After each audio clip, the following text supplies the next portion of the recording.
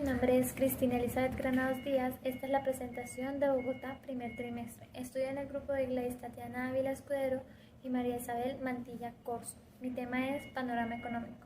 A inicios del año pasado, en Bogotá y en todo el mundo, hubo una caída económica debido a los distintos confinamientos que se llevaron a cabo por el COVID-19. Algunos de los sectores más afectados por esto fueron las actividades industriales, la construcción, entre otros. También hubieron algunos sectores que no sufrieron ningún tipo de bajón económico, como la venta de alimentos, las farmacéuticas o la venta de productos de primeras necesidades. También el año pasado hubo mucho desempleo, ya que al tener que cerrar las empresas y distintos negocios, pues tuvieron que despedir personal para poder mantenerse a flote. Aún así, muchas empresas o negocios no lograron mantenerse a flote, por lo que quedaron en la quiebra. Debido a esto, el gobierno ofreció algunas ayudas como bonos y mercados. Hasta el día de hoy no se ha logrado recuperar 100% la economía que teníamos antes del confinamiento o del COVID-19, pero sí se ha logrado estabilizar un poco más. Buenas noches, hoy les vengo a hablar sobre el transporte en el primer trimestre del 2020 en Bogotá. El transporte es un sector estratégico para el desarrollo económico del país. A través del adecuado desarrollo de sus actividades es posible garantizar una efectiva circulación de pasajeros. La reducción de pasajeros fue en general, por ejemplo, en Bogotá pasó de 1.802 millones de viajes en el 2019 a 936 millones en el 2020.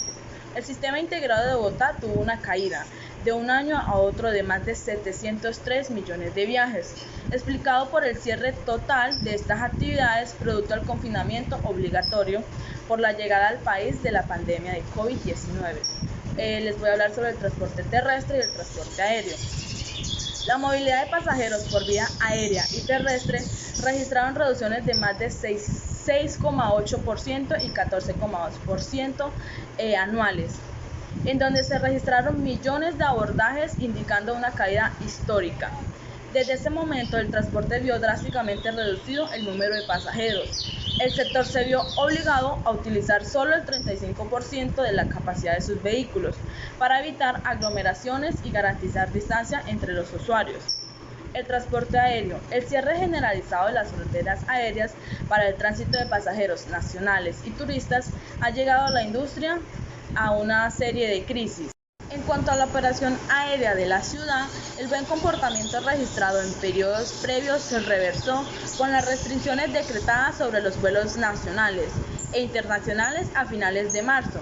En el marco de la emergencia sanitaria, se permitieron los vuelos por concepto humanitario y el transporte de carga y mercancía. La caída en el número de pasajeros movilizados en el Aeropuerto Internacional de El Dorado fue de más de 6,8%.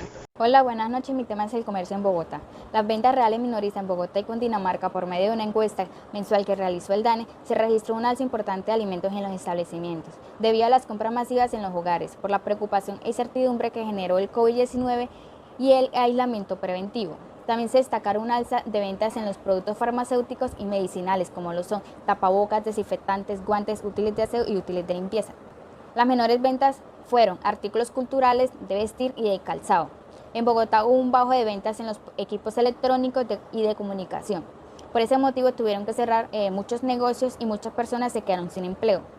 Como podemos ver en esta gráfica, los porcentajes de pérdidas de trabajo y cierres de negocios. En ingresos bajos hubo un 68,7% de pérdidas de trabajo y un 59,6% de cierres de negocios. En ingresos medios hay un 47,3% de pérdidas de trabajo y un 57,6% de cierres de negocios. En ingresos altos hay un 25,9% de pérdidas de trabajo y un 45,5% de cierres de negocios. También me correspondió el tema de turismo en Bogotá. En el año 2020, por motivos de la pandemia, la ciudad de Bogotá y otras ciudades no pudieron continuar con el turismo, debido a que el gobierno le tocó tomar medidas estrictas para que no continuáramos con más contagios de COVID-19. Las decisiones que tomó el gobierno fueron cerrar las fronteras terrestres, marítimas y fluviales, cerraron los aeropuertos y también obligaron a las personas a aislamiento obligatorio, a lo que llamaban la cuarentena.